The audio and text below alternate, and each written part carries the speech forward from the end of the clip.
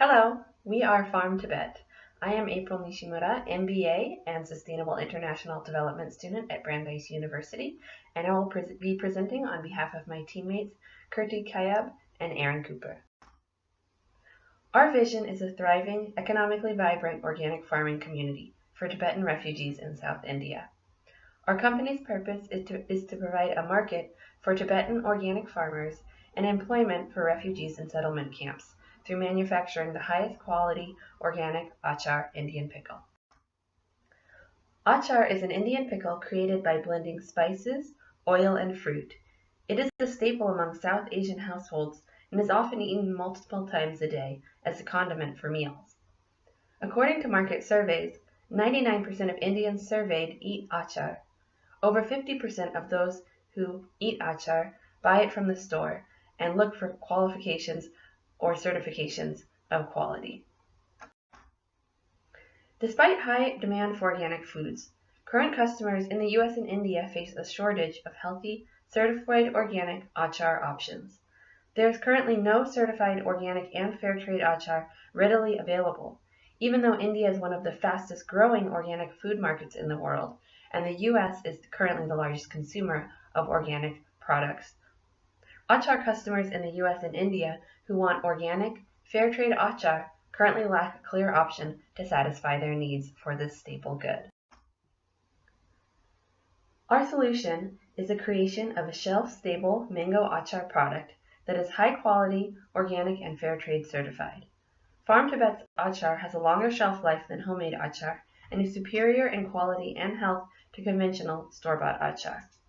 Buyers of Farm Tibet's achar can also feel good that their purchase is supporting the livelihoods of Tibetan refugees and is made with 100% organic ingredients. Through Farm Tibet's processing facilities, Tibetan refugees will find more stable livelihood opportunities in the production, distribution, and sale of achar. Farm Tibet sources its ingredients from Tibetan farmers in India, thereby creating a steady revenue source and secure market for Tibetan farmers. Why now?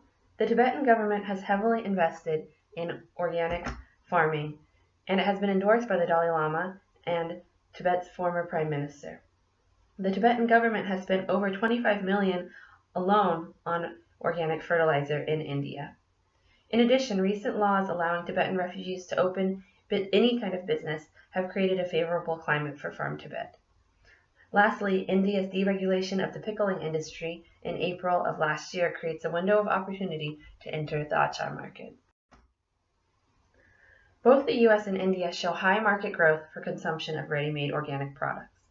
The organic food market in India is the fastest growing in the world, growing by an estimated compounded annual growth rate of 25% annually.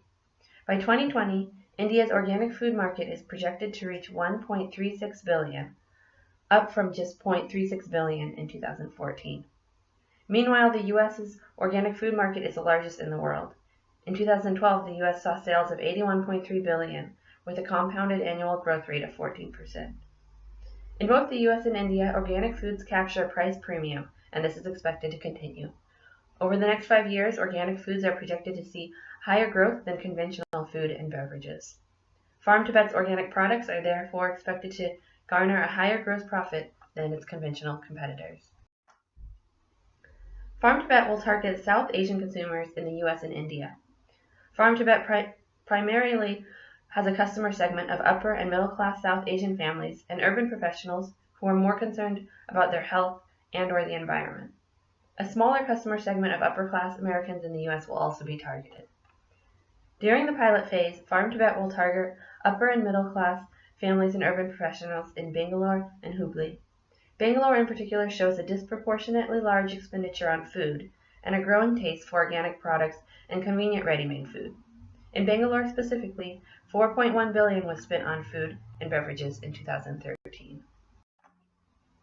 Brand awareness will be developed through an aspirational branding strategy that fosters Farm Tibet's product as the premier, healthiest achar on the market.